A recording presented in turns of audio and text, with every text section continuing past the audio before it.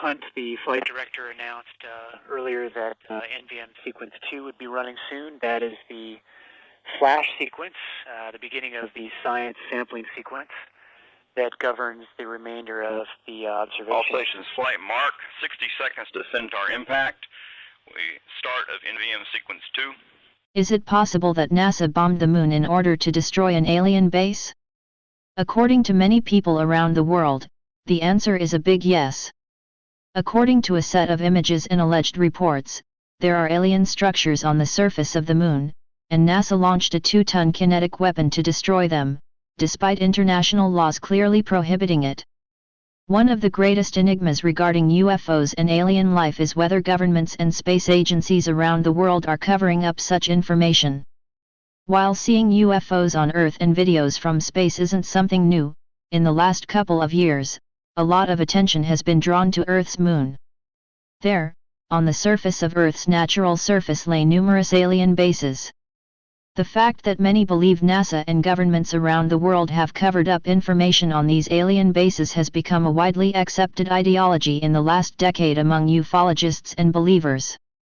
One of the most interesting things about the moon, which involves a typical cover-up, is the Lacrosse mission by NASA, where they literally bombed the surface of the moon for alleged scientific purposes. Despite the fact that it's strictly prohibited, NASA released a Centaur kinetic weapon which ultimately impacted the moon. In the last couple of decades, several extremely important treaties have made significant impact on military space policy, and according to the book The Paths of Heaven, The Evolution of Air Power Theory, the following treaties are of note. 1. The Outer Space Treaty, OST, which dates back to 1967, clearly states that international law applies beyond the atmosphere. The Treaty of 1967 re-emphasized standing international laws and initiated new space-related laws: free access to space and celestial bodies for peaceful intent, prohibitions on national appropriations of space or celestial bodies, prohibitions on putting any weapons of mass destruction in space or on celestial bodies. 2. The Anti-Ballistic Missile, ABM, Treaty of 1972, which was signed between the USA and the USSR, banned the development, testing, and employment of space-based ABMs. 3. The Convention on Registration, 1974, requires parties to maintain a registry of objects launched into space and report orbital parameters and general function of those objects to the UN. 4. And most importantly, the Environmental Modification Convention signed in 1980, which prohibits the hostile use of environmental modification. A part of the above-mentioned treaties, in 1977 a convention was concluded on the prohibition of military or any other hostile use of environmental modification techniques, which set out a number of prohibitions also with respect to outer space and celestial bodies. Source: Perestroika and International Law. Despite the above-mentioned facts, NASA modified the surface of the moon after launching the 2-ton kinetic weapon, which created a 5-mile wide crater. Officially, the main Lacrosse mission objective was to explore the presence of water ice in a permanently shadowed crater near a lunar polar region.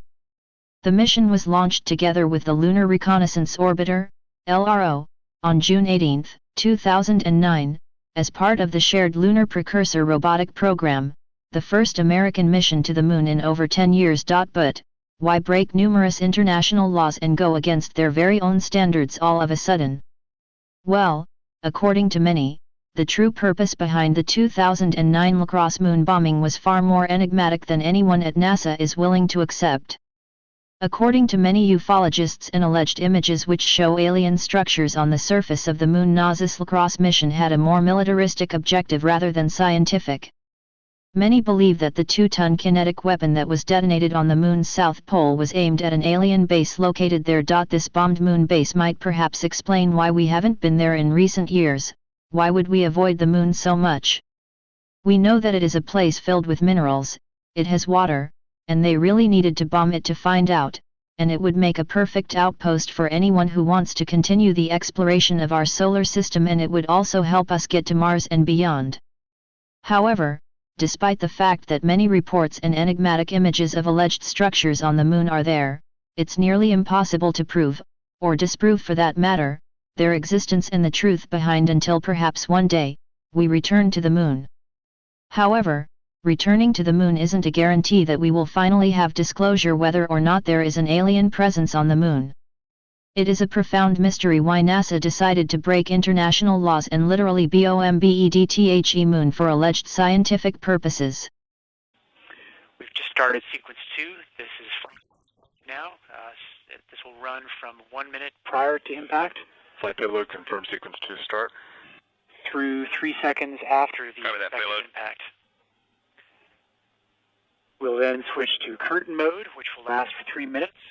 And then the final minute before the shepherding spacecraft impact will be called Flight crater System mode. Science, please change NIR1 to OPR 9. Over. Copy NIR1 to OPR9. Command flight, set it up. Is that November or Mike? November. Science flight, confirm that's November. November. IR. We are, the science team is now communicating to the flight team to adjust some camera Science levels flight, near infrared, November, correct? on the Confirm. near infrared camera. Send NIR1 to OPR9. Copy. Sending command. All stations flight. Mark, Centaur impact. That was an announcement by the flight director that the center impact should have. Flight should payload have confirm receipt of command. Over. Flight payload curtain start. Over. Copy that, payload.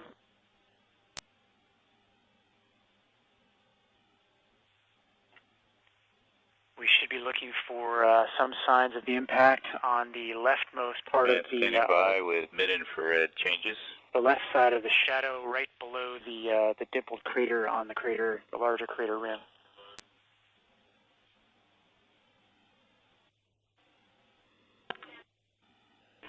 Flight, this is Science. Make the rate changes. MIR1, 1 hertz. MIR2, 0.1 hertz. Over. Copy science command for flight. MIR1 to 1 hertz. Sending MIR1 at 1 hertz. And the science team is directing the flight team to adjust the sampling rate of some of the instruments to fit within the 1 megahertz. Ready with MIR2 at 0.2, 0.1. The 1 megahertz signal limit. Go flight. Command flight, send MIR2 0.1 hertz. MIR2 0.1 hertz. Sending command.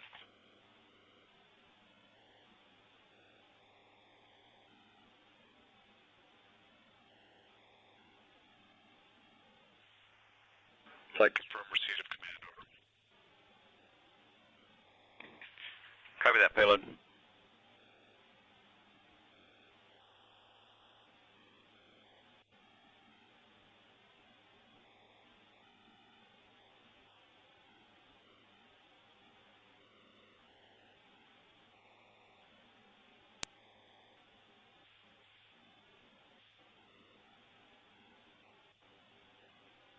All stations flight 1 minute to transition to DV mode.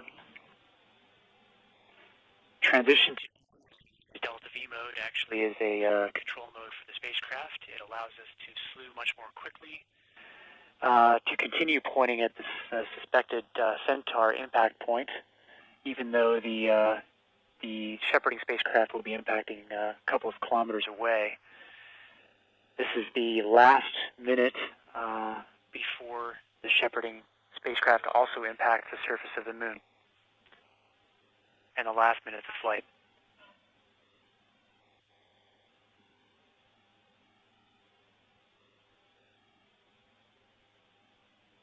We're watching the remaining few seconds of the L-Cross mission as we approach very rapidly the surface of the Cabeus crater.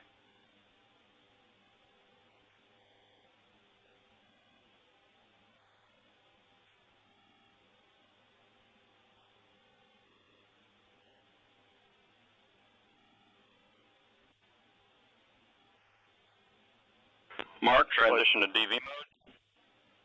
Flight payload confirmed. Crater NIR2 OPR change request. NIR2 to OPR 10. Over. Is that Copy. November? NIR2 to OPR Yes, confirmed. 10. November. Ready?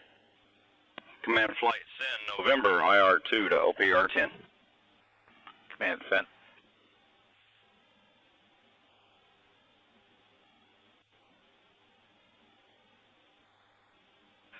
Flight payload confirmed receipt of command. Copy payload.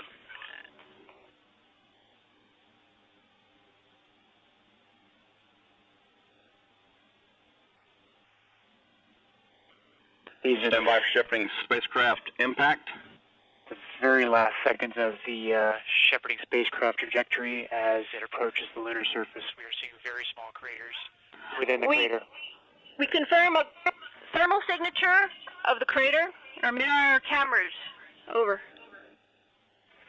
Copy science.